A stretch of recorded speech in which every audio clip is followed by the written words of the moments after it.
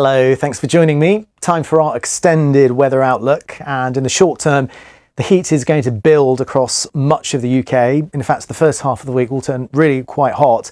After that, perhaps turning a little less hot and more unsettled. We'll get to that.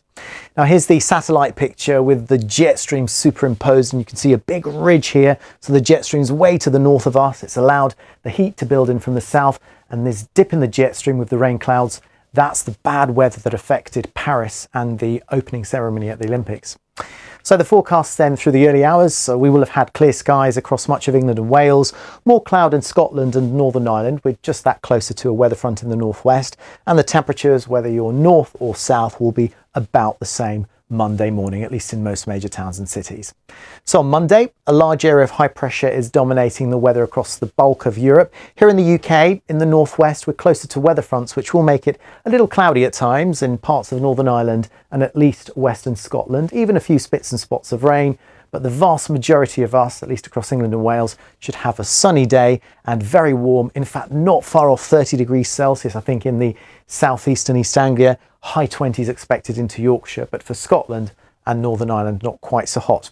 Now that heat will build into Tuesday. Hot air streaming in from Spain and France. In fact, in the south of France, 40 Celsius is possible, mid-30s for the Olympics in Paris. Here in the UK, widely into the mid or high 20s, possibly 31 or 32 in London and the southeast. And then with all of that heat, the high pressure is with us.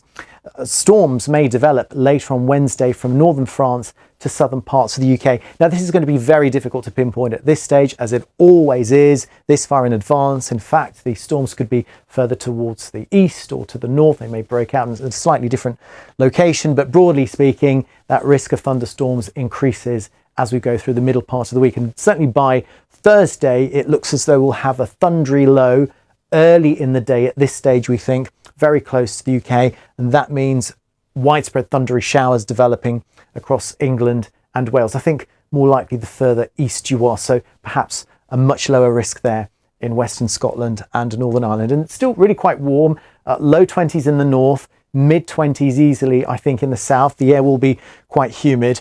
But then by Friday, a change. Low pressure will drift in off the Atlantic. It'll bring its weather fronts and layers of cloud, outbreaks of rain, intermittent, I think, across western parts of the UK, along the North Sea coast, East Anglia in the southeast, probably staying dry and really still very warm. 25 in London, Norwich, Hull, and just about into the 20s across other parts of the UK.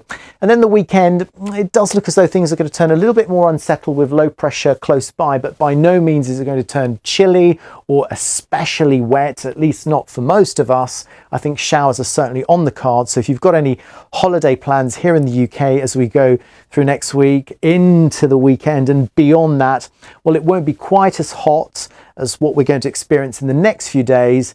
The weather will be a little more changeable, but I think on balance, actually looking at it, it's not looking too bad for most of the UK.